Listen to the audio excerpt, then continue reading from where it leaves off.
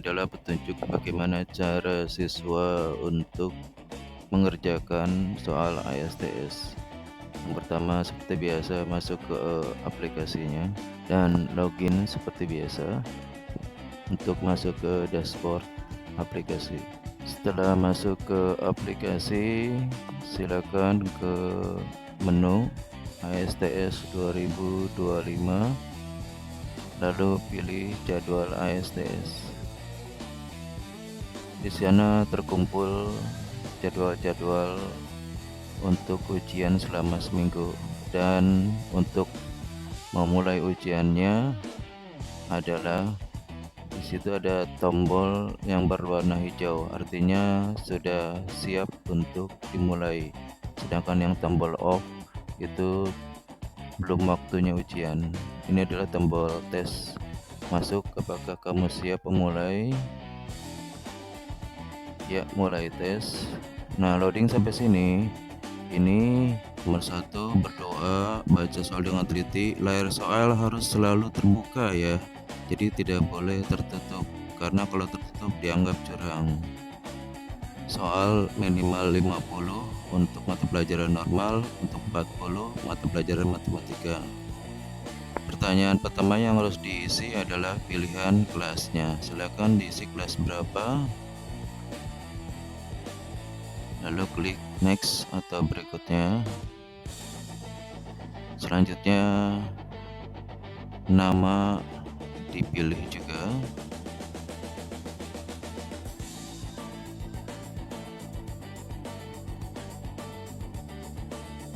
Diklik lagi, atau bisa klik back jika salah kelasnya.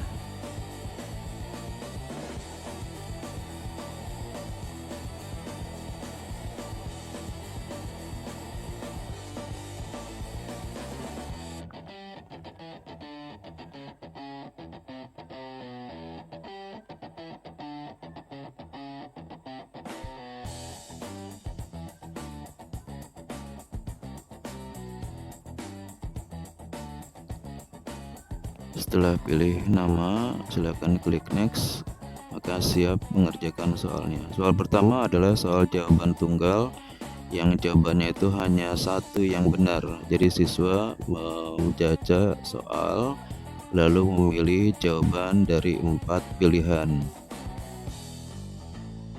Cara memilihnya adalah tinggal diklik saja. Jika salah atau ganti, tinggal klik penggantinya.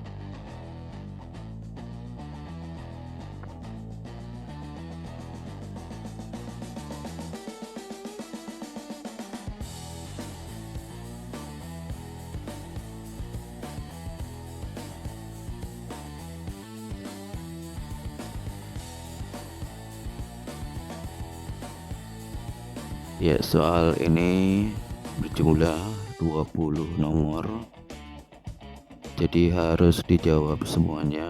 Tidak boleh ada yang tidak dijawab, karena jika tidak dijawab, dia tidak bisa menuju ke sesi berikutnya.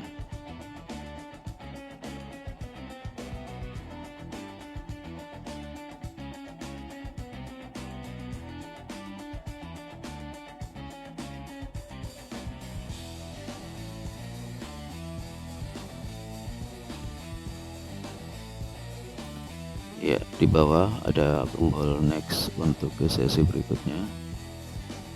Ini adalah soal bagian kedua, soal jawaban jamak. Hampir sama dengan soal jawaban tunggal. Kalau jamak, jawaban dipilih dan pilihan jawaban yang benar itu bisa satu atau lebih dari satu jawaban yang benar.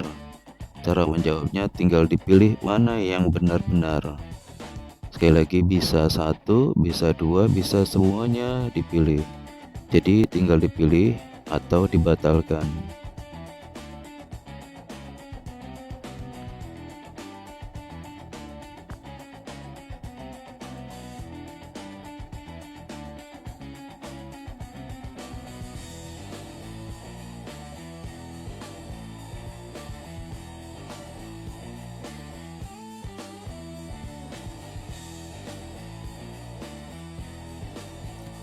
Pada soal ini juga seluruh soal harus dijawab, tidak ada yang tidak dijawab. Jadi semua siswa harus menjawabnya. Kalau tidak dijawab maka tidak akan bisa melanjutkan ke sesi berikutnya.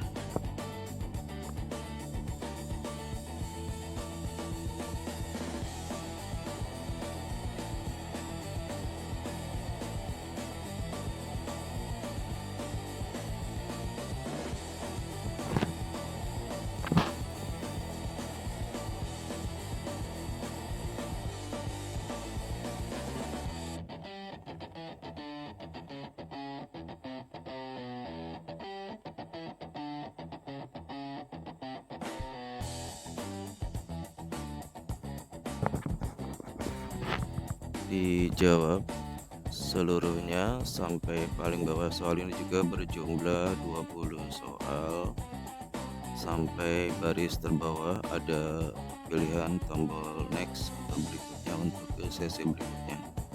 Dan yang terakhir adalah soal ketiga, yaitu soal menjodohkan. Soal menjodohkan ini adalah memilih beberapa pilihan jawaban yang sudah ditentukan. Contohnya di sini adalah pilihan jawaban 1, 2, 3 nomor sampai 12 nomor. Ya, ini adalah jawabannya. Tinggal nanti di soal tersebut Anda jawab angkanya yang ditulis. Contohnya untuk memberikan dengan cepat dengan lintas udara, jawabannya adalah, ingat yang dijawab adalah angkanya yang diisi ya.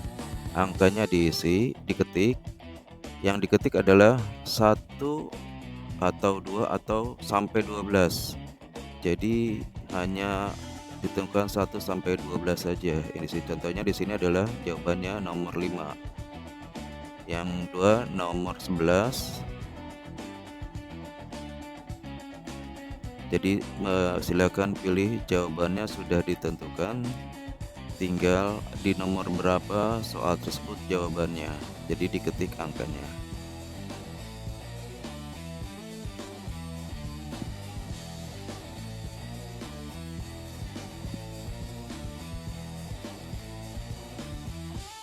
Untuk soal menjodohkan ini terdiri dari 10 soal.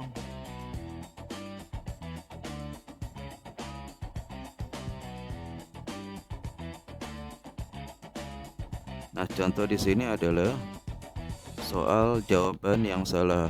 Dia menjawab angka 500. Nah, salah isi, ada informasi salah isi. Jadi angka hanya 1 sampai 12 saja yang diisi. Begitu pula jika mengisi huruf dianggap salah. Jadi sekali lagi, dalam soal menjodohkan ini yang dijawab adalah diketik angka 1 sampai 12, tinggal berapa atau jawabannya nomor berapa. Selanjutnya kalau sudah, klik next atau berikutnya. Nah, ini adalah sesi terakhir sebelum disubmit atau dikirim. Jangan lupa setelah disubmit atau dikirim di screenshot ya. Ini adalah terakhir. Supaya untuk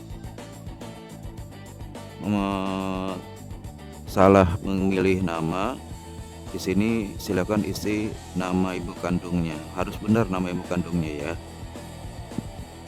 Tidak boleh asal-asalan.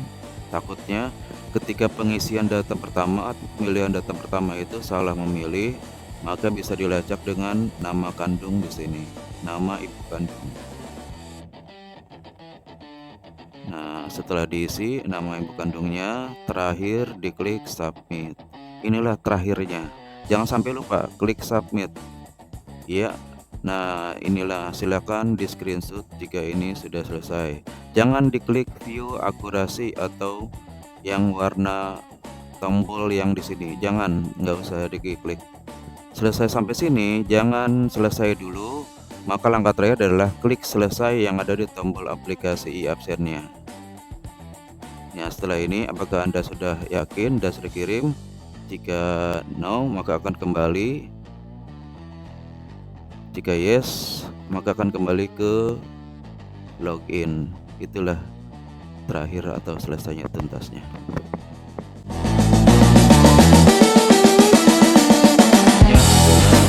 bagian-bagian pada pengisian ujian yang tidak boleh dilakukan atau dianggap curang. Yang pertama, sebaiknya handphone yang untuk dipakai ujian itu di slipnya atau screensavernya itu di off kan aja, atau waktu slip atau mode screensavernya itu waktunya panjang. Kenapa? Karena jika sudah mengerjakan dan masuk ke aplikasi dan mengerjakan ujian, lalu layar blank atau layar hitam karena efek sleep, ketika layar tersebut itu diaktifkan kembali, maka dianggap curang karena layar sudah hilang dari pandangan. Jadi aplikasi ini mendeteksi kecurangan-kecurangan. Intinya adalah jangan keluar dari aplikasi pengisian ujian. Jika keluar, dianggap curang dan itu tidak bisa diulang lagi kecuali minta pembukaan atau reset ke pengawas. Yang pertama adalah jika menekan tombol kiri atau back pada handphone, itu salah satu yang tidak boleh dilakukan. Kecurangan kedua adalah menekan tombol kotak atau mau mengaktifkan aplikasi lain. Contohnya, ini sedang berusaha untuk membuka aplikasi lain. Aplikasi lain terbuka, Anda kembali lagi ke soal, maka terdeteksi peringatan lagi, Anda meninggalkan layar ujian. Soal di close, ini juga tidak boleh dilakukan.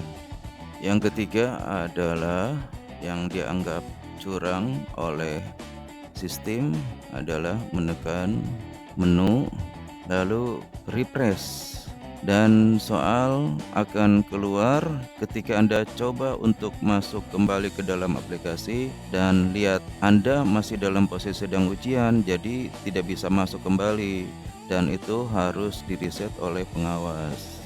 Sekali lagi, jangan keluar dari soal ujian yang bisa mengakibatkan Anda tidak bisa mengerjakan ulang. Yang berikutnya adalah mencoba untuk membuka tab baru.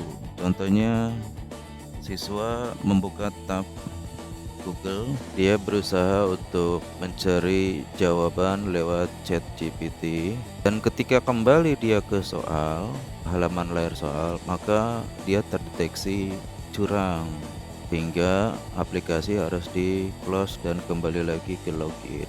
Oke, yang berikutnya adalah keluar dari aplikasi.